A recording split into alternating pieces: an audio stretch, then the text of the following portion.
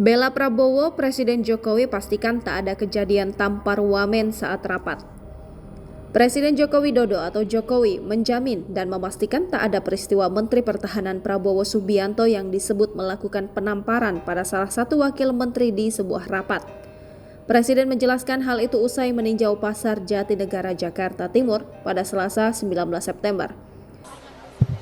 Setahu saya tidak ada peristiwa seperti itu. Masa nyekek, memang tahun politik ini kan banyak berita-berita seperti itu. Tolong di cross check kebenarannya.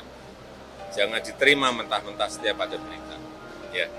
Dilansir dari Kompas TV, Presiden menghimbau masyarakat tidak cepat tersulut emosi dan memakan isu-isu liar yang makin banyak beredar di media sosial.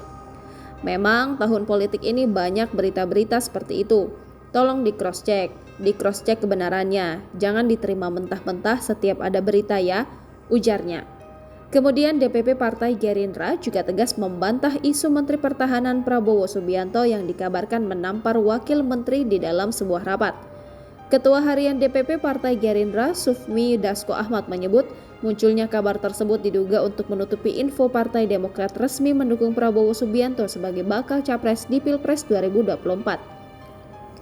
Kan harusnya yang ramai di media sosial adalah pasca bergabungnya Partai Demokrat dengan Koalisi Indonesia Maju, tapi kemudian coba ditutupi oleh isu lain, kata Dasko di Gedung DPR RI Jakarta, Senin 18 September 2023. Menurutnya adalah biasa jika Prabowo kerap diserang dengan isu hoax setelah elektabilitasnya jelang gelaran Pilpres 2024 melejit.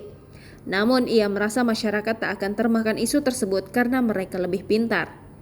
Kami merasakan rakyat sudah pintar nih, jadi ya kita mengimbau kepada kader-kader Gerindra maupun kader-kader Koalisi Indonesia Maju atau KIM, kita jangan terpancing dan jangan terprovokasi.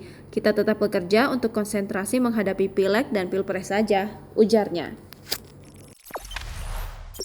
Jangan lupa subscribe, share, komen, dan like ya.